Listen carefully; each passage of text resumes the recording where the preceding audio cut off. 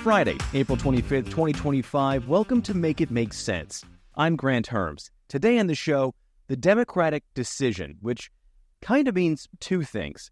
I know it's been a little bit since I've talked about what's been happening in the Democratic Party, and that's because it's been, frankly, a lot less important than what's been going on, but it doesn't mean that things haven't been happening. They just, didn't rise to the level of the government disappearing people to a foreign torture prison or purposefully crashing the economy. So what has been happening with the Democrats, though, is a simmering civil war between the old guard and the new, both within Congress, but also in the party at large. It's why my guest today is Dr. Abdul El-Sayed. He's running for Senate here in Michigan in the Democratic primary, and that race is one of the most important for Democrats in 2026 because they need to keep that seat if they want to win back power in the Senate. We talk about his campaign, but also what he thinks the future of the Democratic Party should be. But before that, let's talk about the new Democratic divide. Since Kamala Harris lost back in November, it hasn't been clear who the new leader of the Democratic Party is. There haven't been a lot of standouts. Sure, there have been moments. Tim Walz on a stage in Montana saying how they got it wrong in the election. I wrote a Substack about that more than a month ago. Cory Booker's record-setting filibuster as a moral moment for America. Or even this week, Pete Buttigieg going on a right-wing leaning bro podcast. But those are one-offs and have been. And it's not unusual after a national loss like 2024 for a party to need to regroup and find itself again. In fact, in the times before Trump, it was fairly common. Parties did it all the time. Most recently, you can think of Republicans in 2012 before Trump was elected, and the Democrats did it in 2004, and those things do take time. But what is unusual is for a party as a whole to feel so directionless. Normally, it seems like there's somebody driving the bus even after a major loss, but for the last 5 months, it seems like instead of the Democrats driving the magic school bus ready for a new adventure, it's the bus from Speed with a bomb strapped to the bottom of it. And I know that I'm dating myself with those references there. Anyway, the majority of this fight in the Democratic Party started in earnest last month after New York Senator and Senate Minority Leader Chuck Schumer voted to pass the funding bill in the Senate, averting a government shutdown, but in the process, giving Republicans everything they wanted without the Democrats getting anything in return. It wasn't so much a compromise as it was a capitulation. Now, that kicked off a flood of people saying they don't have confidence in Schumer anymore. Colorado Democratic Senator Michael Bennet told a crowd of angry Democrats at a town hall last month after he was asked if Schumer should step down, quote, "Let me just say it's important for people to know when it's time to go," adding, "We're going to have conversations, I'm sure, in the foreseeable future about all the Democratic leadership." And Bennet was the first Democrat to say back in 2024 that Biden should step aside and let somebody else run. His comments came just after a congressman from Maryland, Glenn Ivey, said Schumer should step aside. Adam Schiff also said Schumer letting the funding bill go through was a, quote, bad day for the country and the Democratic Party. Hakeem Jeffries, the leader in the House, essentially Schumer's counterpart, dodged a question after that vote about whether Schumer should step down. Here's how he said it. Is it time for new leadership in the Senate? Next question. Mr. Jeffries. Mr. Leader. And sometimes in politics, it's about the things that aren't said. And this was one of those times. I certainly said it was the most important moment in Congress up until that point, at least since the election for Democrats for sure, and might still be the most important for Democrats until I think we get to what might happen next week, which we'll talk about in a little bit here. And these feelings aren't isolated or unpopular about Schumer. CNN said it talked to 36 Democrats in the Senate, the House, aides, and prominent Democrats in the party as a whole who all said Schumer cannot be the party's future and shouldn't represent their present either. Among them was Vermont Senator Bernie Sanders, who's an independent but caucuses with the Democrats. He put out a video saying Schumer allowing the funding bill to go through was a dereliction of duty. In order to pass this legislation, the Republicans needed 60 votes, which meant that they had to have 7 votes from Democrats, and they got them. Actually, They got 10 votes. That is sad. That is an absolute dereliction of duty on the part of the Democratic leadership. Nobody in this Senate should have voted for this dangerous bill. So Sanders has become sort of a joke or a meme in its own right for a lot of folks, including a lot of Democrats. But this was a pretty big accusation from him because in a recent YouGov poll for the right of center outlet The Economist, Bernie Sanders was found to be the most popular political figure in the country right now. Something, like I said, I'll get into in just a little bit, but Schumer is the second least popular, only second to the entire Democratic Party, which came in dead last with an approval rating of negative 35. But Schumer has been very clear that he's not going anywhere. Here's how he said it that same week after the funding vote on NBC's Meet the Press. Look, I'm not stepping down. Are you making the same mistake that President Biden did? No, absolutely not. I did this out of conviction. And look, in my caucus, we have a disagreement as to, some people voted one way, some people voted the other. But we've all agreed to respect each other because each side saw why the other side felt so strongly about it.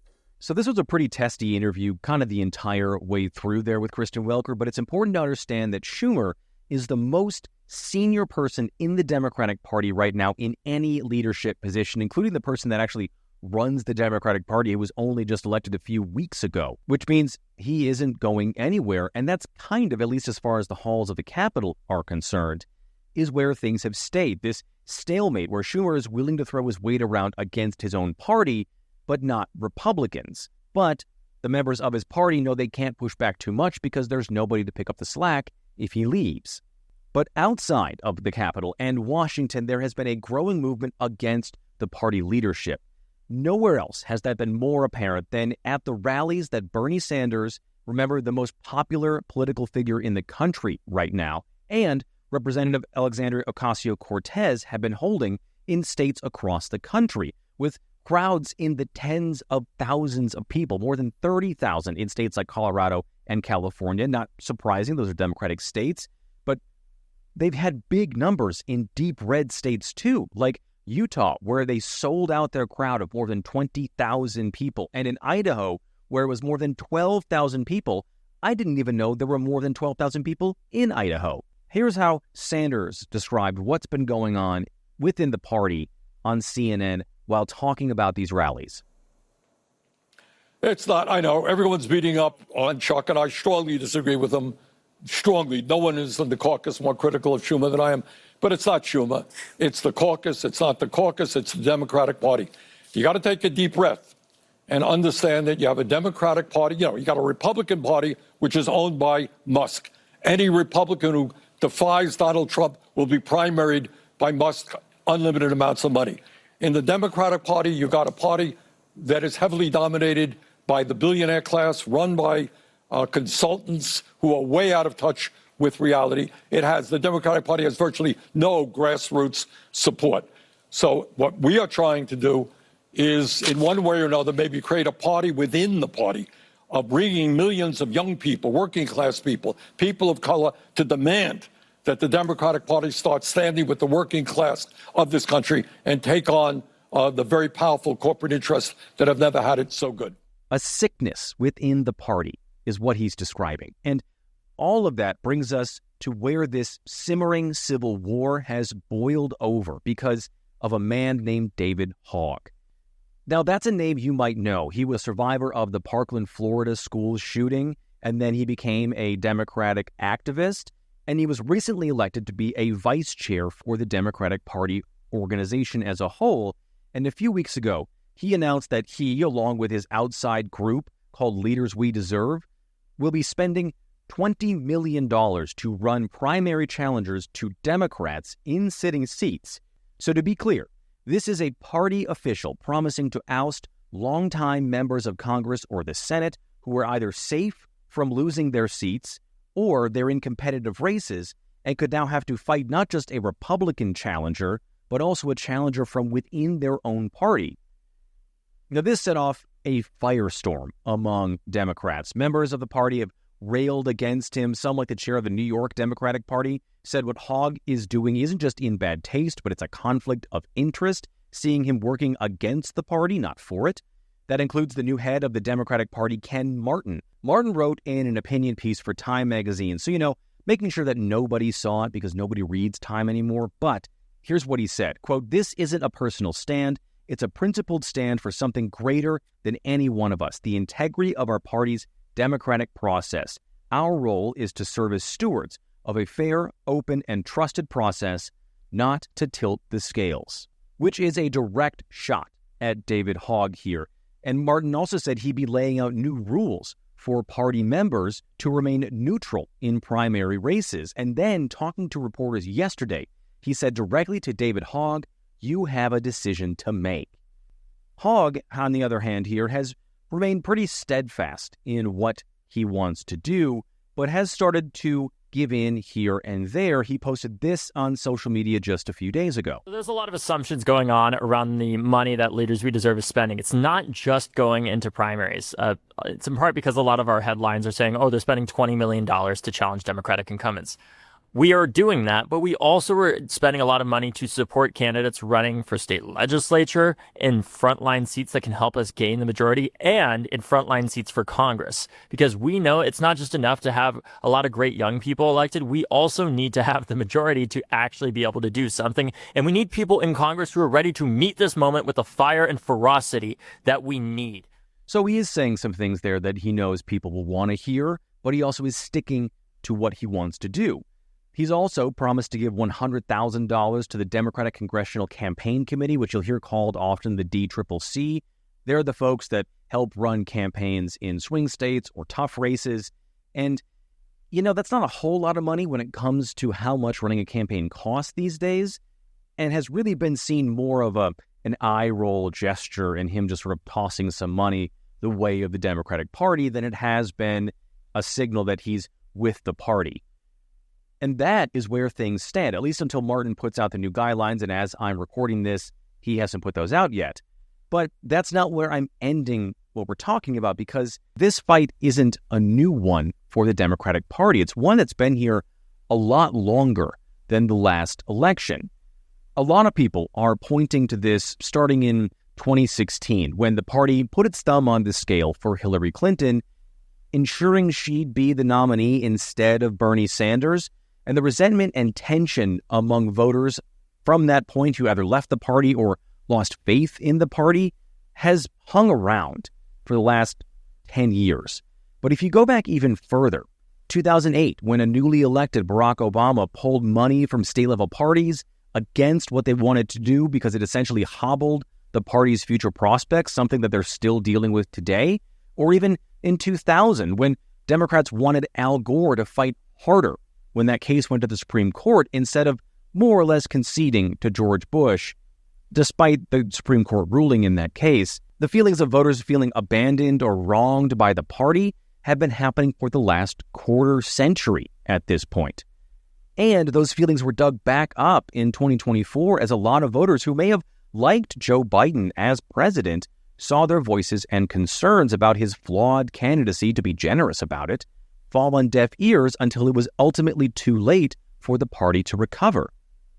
There are also concerns within the party that this kind of primary infighting is the stuff Republicans do, and they turn their noses up at it. And Republicans do this. They allow and sometimes force candidates further and further to the fringes of what they believe to run and win primary races, because the most polarized voters are usually the ones who vote in primaries, and then that ends up pulling the party to its fringes. And we've seen that manifest more in the Republican Party than in the Democratic Party. For the last 10 years, the party has moved further and further, multiple times over to its fringe compared to Democrats. A study done by Pew Research just 3 years ago found that since the 1970s, the Democrats have remained relatively unchanged when it comes to how liberal they are in the House and the Senate. That's looking at things like legislation passed, talking points, platforms, that kind of a thing. While Republicans, on the other hand, started in about the same place as Democrats, just on the other side of the center line, but have moved so far to the right, it's really making them twice as conservative as they used to be, meaning the policies that were proposed by Ronald Reagan in the 80s would now be considered left of center to most Republicans. And it's not like that trend suddenly reversed since that study was done. But Democrats don't want to be seen as following that path, but it is a method that seems to win elections and get things done, which is what this is ultimately all about. Because the 2026 map for Democrats in the House isn't going to be a slam dunk for them, even if the president's party often loses in midterm elections. 2026 was already going to be a tough year in the Senate for Democrats, with a few races in key states like North Carolina, Georgia, and Iowa that were already on the table. And then 4 Democratic senators said they weren't running for re-election. That's Tina Smith from Minnesota, Jeanne Shaheen in New Hampshire, Gary Peters in Michigan. All 3 of those are crucial states for Democrats in 2028 in the presidential election. And then Dick Durbin from Illinois, who is the number 2 in the Senate. He's what's called the whip. He's someone who keeps count of the votes they have in the Senate. He said he wasn't going to be running for re-election, opening up a seat that Democrats thought was safe. And this gets us to the Democratic decision and why at the very beginning I said this means 2 things. Does the party stay the same? Capital D, Democratic decision. The decision they've made for the last 25, 30 years, depending how far you want to go back, to keep an iron grip on its members behind closed doors, to circle the wagons, gear up for the next election, while voters feel like they aren't being heard?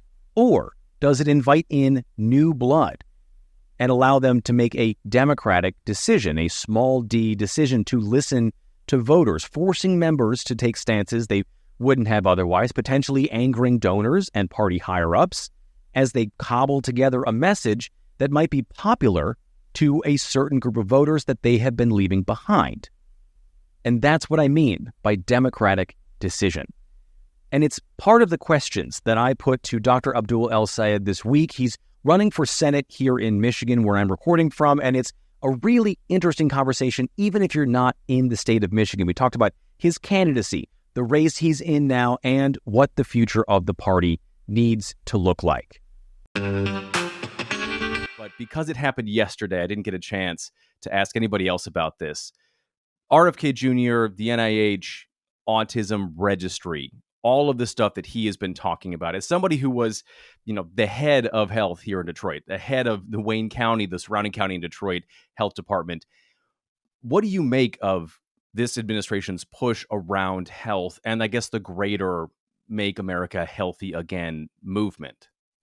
Look, the thing about RFK Jr. is he's right about the problems and he's completely wrong about the solutions. And the reason why is because he doesn't believe in science as the fundamental principle behind which we ask and answer questions about what makes us sick or we should do to make us healthy.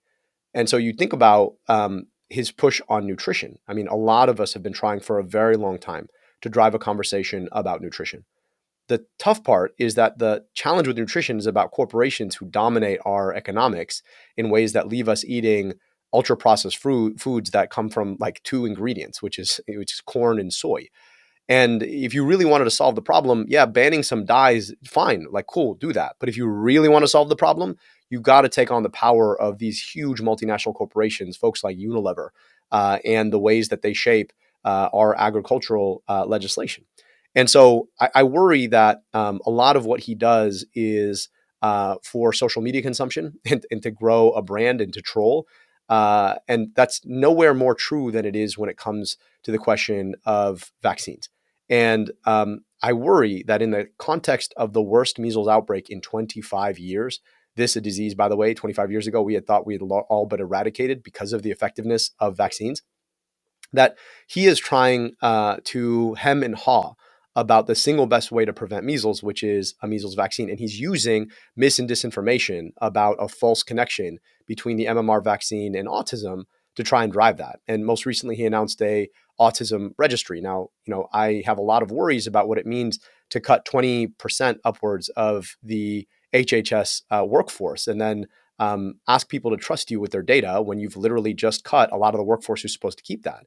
I also have a lot of concerns about what Doge is doing in terms of privacy, and I personally wouldn't want to give them my data. And then he's doing this thing like calling a shot about how somehow they're going to have an answer to what causes autism by September, as if nobody's been trying to figure out the cause of autism before that, and science can just be willed into giving you an answer. And the problem is that he already has an answer, right? And his answer is not based in any reality, but it can be used to drive a conspiracy that has given him everything all the way up to the most powerful role in healthcare in America. And I just worry a lot about that instinct in him. And so, I want us to take on the chronic disease epidemics of our time. I want us to know the cause of autism and how to prevent it. I want us to be able to take on a lot of the challenges that he's naming.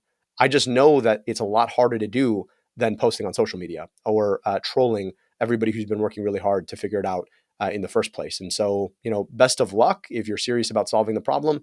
I just think that process really matters. And this ain't it. So, to give you just an analogy here, it'd be like somebody telling you that they're going to cook you a gourmet meal and then pulls out the Wonder Bread. And you're like, well, I don't know. I just, I don't know. That's where we're going to get to. But he's like, no, trust me. Just give me an hour. And you're like, okay. And so we're going to sit here and wait. But science is hard. It's painstaking. It requires a lot of discipline and a fealty to the truth. And I just don't see that in this administration, and certainly not this HHS secretary. And I think I would argue, too, that he's not serious about some of this stuff, given the people that he's surrounding himself with and the fact that he name-checked a 10-day sugar detox diet in that thing yesterday. Like, it's... it's gimmicky, it's grifters. I've talked to other people on this podcast about that, but I want to get to your campaign. And I guess sticking with the idea of health here, do you think that's your way to break through? Do you think your expertise in this? Because the stuff that RFK Jr. is talking about is relatively popular, or at least the ideas of them are. But you're going to have a crowded field here. It's going to be a highly watched race. You are going to be somebody who is going to, I think, maybe be the most leftward-leaning candidate in this race compared to the people who are in it right now. Do you think that your health background is your way to break through? Grant, health is one of those things that all of us have, right? And we have a certain state of it. Some of us are less healthy than others, but if you're alive, you have some state of health. And it is a really great denominator for the conversation, because so much of what health is has more to do with what's going on outside your body than inside your body. Do you have healthy food to eat? Do you have a walkable environment? Are you safe from being victimized by somebody in your community? Can you breathe clean air or drink clean water? And so it's an opportunity to look at the world around us and ask, how do we make it better? And Grant, one of the reasons I do, for me, like I trained to be a doctor. I didn't want to be a politician. And one of the reasons I found myself in politics is because when you look past people's bodies and you see so many people in pain and hurt, and you look up and you say, how come so many people face the same set of challenges? You got to sort of ask, why are we making the decisions we make? It just shouldn't be this hard to get by in the richest, most powerful country in the world. It shouldn't be this hard to know that you're going to have a job tomorrow. It shouldn't be this hard to buy healthy fruits and vegetables and be able to afford them. It shouldn't be this hard to see a doctor without having to wait in line or worry that you're going to go into medical debt because you did. Those are the challenges that people face. And health is a great way to understand that. But we also have to understand that health is the outcome of a whole bunch of different things. Yes, it is healthcare. We don't have a healthcare system that dignifies us enough to guarantee us healthcare. But it's also all of the means of good health. And when you ask, why is my air putrid? It's probably because some corporation, they paid money to get access to politicians to write rules that allows them to do it. Why is our water potentially polluted by PFAS? Well, because some corporation probably paid a lot of money to make sure that they could dump all of their toxic waste byproducts into our water supply. And then only now we figured out that those chemicals that they said really didn't matter potentially cause cancer. You ask yourself, why do we have epidemics of cancer and heart disease? Well, because some corporations paid a lot of money to get politicians elected to make the rules, to make sure that that food that doesn't make us healthy is artificially cheap and available, the ultra processed stuff, and the food that does make us healthy is way more expensive and harder to get. Like, all of this sits downstream of an economy that's been captured by corporations and billionaires and oligarchs, and it's left us getting monetized at every turn. And we could do so much better And I think that requires us to take this argument to politics. So yes, I think health is a really important way to see the world around us, but we also have to understand that we need to take on the powers that have left us in this situation in the first place. It doesn't have to be this hard, and if we're serious about solving it, it can be a lot easier. And that's what we're trying to do through this race. And and I know that Michiganders across the state, when you have that conversation with them, they see it immediately. They feel it in their everyday lives. And I want to continue that conversation I started 10 years ago when I first entered public service. And I think that if we're willing to go back to this idea of a government of the people, for the people, and by the people, that we can have it so much easier than it's been right now.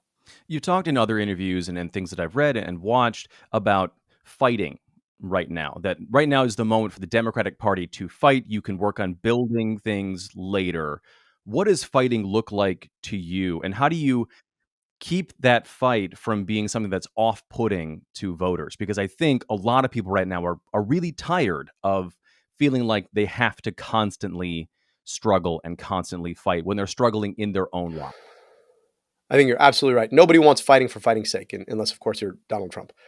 What you want is to fight for the kind of vision that all of us want in our lives. Look, I trained as a doctor, and the two questions you ask as a doctor are kind of the two same questions you ask as a politician, which are, what's wrong and how can I help?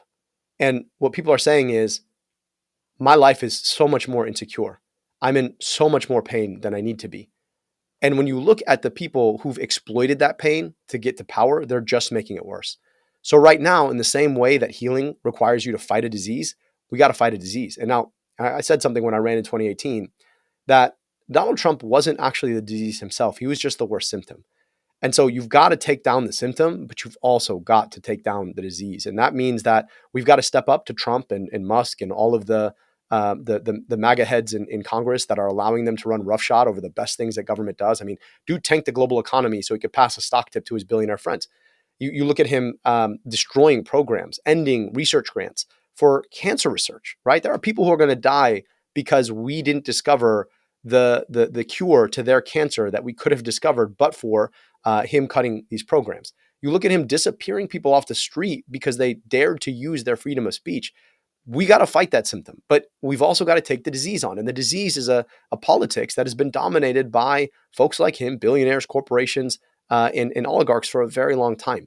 And so that's the fight I'm talking about. But you got to remember what you're fighting for. We're fighting for guaranteed healthcare. We're fighting for air that is clean and water that is pure. We're fighting for an economy that works for working people, an economy where you can build and grow a small business and make your millions, but for the people out running corporations who are trying to make their billions and rigging the rules against you. So we've got opportunities here to fight for a vision, but we can't be afraid of that vision. And I think too often Democrats do this thing where we try and triangulate a message that's perfectly inoffensive to donors and voters, and we end up saying nothing at all. So I'm not doing that. I've got a clear vision for what I think the world ought to be. I'm not afraid to share that with people, and that's what I'm fighting for. How do you talk to voters who are in some of that middle space? You're somebody who's been twice endorsed by Bernie Sanders. You were endorsed by Alexandria Ocasio-Cortez in 2018, Ro Khanna this time around. That will be off-putting to some voters here in Michigan who like to think of themselves as much more centrist. And I guess this is sort of a double-edged question you could answer. One is, why do Democrats always feel the need to have to talk to everyone when Republicans certainly don't? But then the other thing is, because that's how we operate, how do you talk to those people? If you're a billionaire, I'm probably not talking to you. But if you're not, and you're somebody who got to show up for work tomorrow, whatever your work is, whether you're cleaning beds in a hospital, or you're the doctor of that hospital in that hospital, or you've got to show up on the line, or you're showing up to a classroom to teach, no matter who you are, if you got to show up tomorrow, I bet you're kind of frustrated. And I think sometimes we do this artificial thing of like imposing this line. Like, what does it mean to be in the middle? I don't really know what that means, like to be in the middle, the right, the left. I'm just trying to talk about common sense things. Like, if you are a working person in America right now, it kind of sucks. It just sucks. Like, you don't make enough to make ends meet. A lot of the basic things that you should be able to do without having to worry so much about them, like go see a doctor, are way too hard. Getting childcare for your kids is a pain. You send them when they get older to a school that you're like, man, that school looks exactly like mine did 30 years ago. What the hell, right? All of that is frustrating. And I'm talking to those folks. So I don't know where they think I stand on some made up spectrum of ideology, but I'm trying to propose real life solutions to the things that Michiganders have been telling me for 10 years they're frustrated about and could be so much better. And if they like my solutions, I hope that'll earn their vote. If they don't like my solutions, I hope they'll share with me what they think could be better and how they'd like it done. But I'm not willing to impose this sort of ideological framework that I don't think is a real, I don't think is real to the experiences that folks face. And I think it's something that like folks who talk a lot about politics tend to talk about, but doesn't really speak to what people are feeling every day. And so I want to be talking to those folks. I want to earn their support because they know that I've got ideas about how to fix their challenges, and that, I never dreamed of being a politician. This is not about trying to earn their vote so I can achieve some check mark. For me, I did the thing I wanted to do, which is become a doctor. And then I realized that it was our society making people sick. And I'm only doing this because I think it's part of the mission that I laid out when I was young about what I wanted to do to help people. And so, if they believe in my understanding of their pain, if they believe in my understanding of the processes that are calling their pain, if they believe that I'm going to go out and work and fight for them every single day, then I hope I earn their vote. I've only got you for a couple more minutes here, and I have one last couple of questions here. The thing is that I want to know is, to you, looking at this administration in the last, 94, 95 days, what has been the most troubling thing for you? And is there a way to undo that? Or are we looking at things that have irrevocably broken the American experiment? Honestly, there is so much. It's hard to name just one. Can I have three? Yeah, go for it. The first one is playing fast and loose with the American economy in a way that benefits billionaires and nobody else. I mean, that is as a guy who came to power telling folks that he was going to be able to build wealth for them, watching people on the edge of retirement look at their 401k and say, do I got to work 5 more years now? That's just it's such a devastating lie, a hypocrisy. The second is that we're watching this guy run roughshod over the rule of law. And in our country, you should take for granted that there is something more powerful than any official, and that is the Constitution.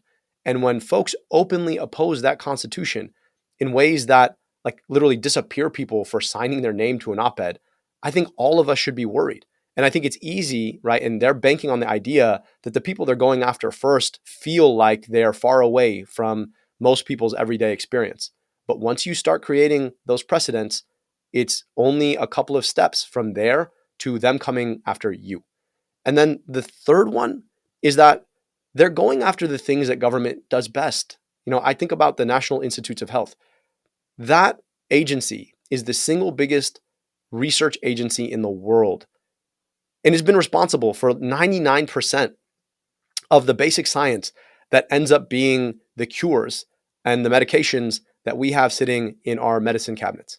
And the idea that you're going to try and break that covenant, that our taxpayer dollars should be invested in taking care of us, going after some of the best things our government does, that to me is about foreclosing on our future. I just want folks to understand that we are seeding the global playing field for the technologies and the science of tomorrow. And that's setting us up, not just for failure today, which of course they're trying to do, but failure for decades from now. So your question about can the bell be unrung? I don't know. But if it is, it's going to be because we lean into that single thing that we have best here, which is our democracy. And so we have to believe that out of pain, we can forge hope, we can solve it. And, I remember walking into rooms with people with deep chronic pain that have been suffering for years. And when you step in and say, hey, what's wrong and how can I help? You're asking them to take a bet on a future where they don't feel that anymore. And I feel like for too long, the system of Trumpism, right? His whole thing is you should be angry because of your pain, but there's really nothing you can do to make it better. But at least we can take retribution. How well is that working for people? And are we willing to think differently about this? Are we willing to think past our pain to a world where we don't have to live like this anymore? And that's what I'm asking people to do. Well, Abdul, thank you so much for doing this. I really appreciate it. Grant, thank you so much for having me. I appreciate the time and the space. Okay, now it's time for TLTO, or Too Long Tuned Out, where I tell you just the stuff you need to know from the stuff you just heard. There's a split happening in the Democratic Party. After their defeat in 2024, Democrats have been unable to find a leader. That leader could have been Chuck Schumer, the leader in the Senate, but he's been fielding a flood of criticism and talk of no confidence after giving in to Republican demands over funding the government last month. On top of that, there's been a groundswell of support for rallies being held by liberal darlings Alexandria Ocasio-Cortez and Bernie Sanders, who want a different path forward for the party. And now there's a fight within the party organization after a new leader, David Hogg, pledged to spend $20 million to oust sitting members and replace them with new, younger ones. And the party is pushing back. We expect to see some new rules about neutrality aimed directly at David Hogg in the coming days. But all of this points to a party in crisis, when they can least afford to be in one as the minority party under a president who is increasingly and rapidly heading towards authoritarianism. The Democrats have a decision to make. All right. I want to thank Dr. El-Sayed for coming on the show again today. You can listen to an extended version of our conversation on the Make It Make Sense Substack, just for subscribers, though.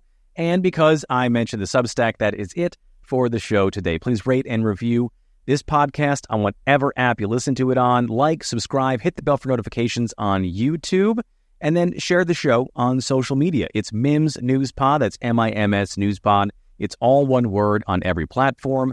I am at Granthermes on X and Bluesky, and at Granthermes TV on everything else. Thank you so much for listening today. I'm Granthermes, and I'll talk to you next week.